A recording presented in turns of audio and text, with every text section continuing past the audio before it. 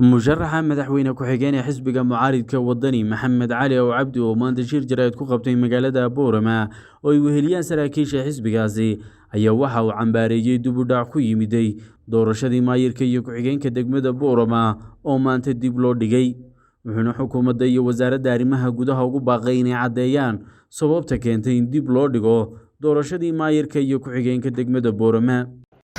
maanta waxaan rabnaa inaan yar ka idhaaho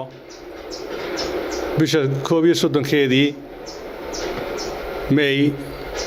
doorashada dalka ka dhacday Somaliland isku sidkanayda golaha wakiilada iyo golaha deegaanka walaasha deegaanka alxamdulillah rabbil caalamiin si fiican oo nabadgelyo leh oo sharaf leh u dhacday waxaan la sugayay in intii kale ee raacsanayd ee ahaa in lagu wareejiyo deegaanadana degmo kasta iyo laan kasta in lagu wareejiyo deegaankii soo baxay oo ay doortaan oo maamulkii loo sameeyo iyo in golaha wakiiladuna uu fadhiisan doono oo la fadhiisiyo bisha 13keegii wasaaradda arrimaha guduhu waxay soo saartay jadwalkii oo halkan ku hayo lagu ansixinayay laguna dhaarinayay laguna qabanayay kalfadhiga koowaad ee golayaasha deegaanka degmo kasta shalay berbera oo kale waa la qabtay Boorama waxa la ansixiyay bisha 14keega daraad ahayd waxaanu schedule-ku sheegayaa wasaaradda arrimaha gudaha ka soo baxday ee wasiirka arrimaha guduhu saxay in bisha 16keega la dhaariyo kalfadhiga koowaadna loo qabto alxamdulillah saaka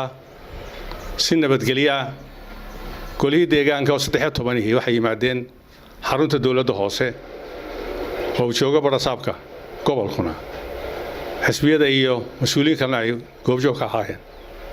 waa la dhaariyay waxaan la sugayay inay xildhibaanadu doortaan maayirkii iyo ku-xigeenkii maamulka degmada kulli dhaartii dhamaatay iyadoon wax sababa oo halkaa muuqataanay jirin oo nabadgelyo ahayd oo si fiican loo dhaariyay dhaartina u dhacday dadkuna diyaar u yihiin cidda joogtayna diyaar u ahayd xildhibaanaduna diyaar u ahayd inay doortaan ciddii maamul lahayd degmada ee maayirka iyo maayir ku-xigeenka ayaa hal mar waxaa soo boodoo la yidhi dib baa loo dhigay ilaa maalinta berri sabab la'aan wax sababoo la sheegayna ma jirto laakiin waxaa muuqatay amar ka soo baxay xagga wasaaradda arrimaha gudaha taasi dareen bay keenaysaa doorashadu waxay leedahay nidaam waxay leedahay dimuqraadiyaddu nidaam ixtiraam bay leedahay qofku wax dooranaya kala dooranayaaba inay xor yihiin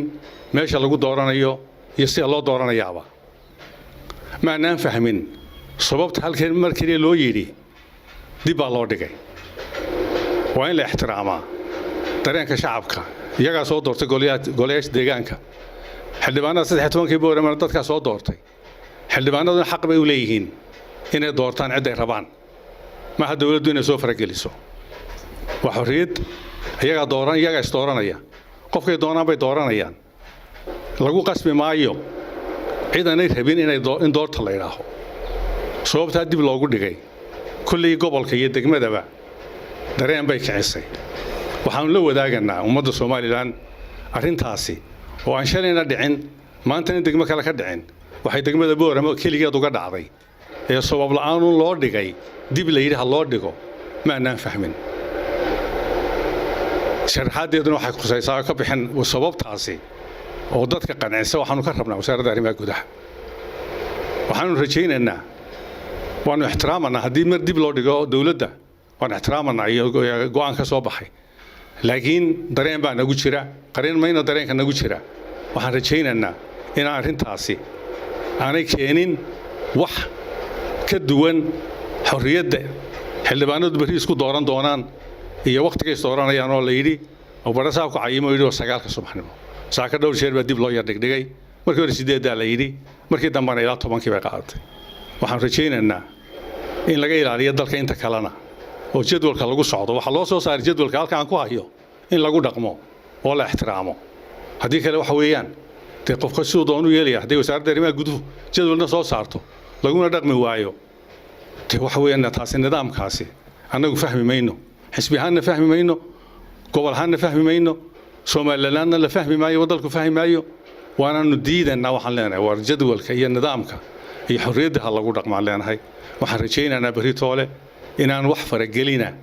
oo haddii ay ujeedda anagu waxaan dareensanahay in ujeedda ka dambeysay in la yiraahdo dib baa loo dhigayaa laakiin waxaan rajaynaynaa in xukuumadda iyo gaar ahaan wasaaradda arrimaha guduhuba ay ixtiraamaan oo bari toole si nabadgelyo ah oo xorriyada ay xildhibaanadaasi isku doortaan marka waxaan rajaynaynaa ilaahay idinku waxaan rajaynaynaa in wasaaradda arrimaha guduhu ixtiraamto dimuqraadiyadda la dhowro nimanka xildhibaanadaasina bari toole waqtigaa loo qabtay si nidaama oo nadiifa oo aan faragelin lahayn inay isku doortaan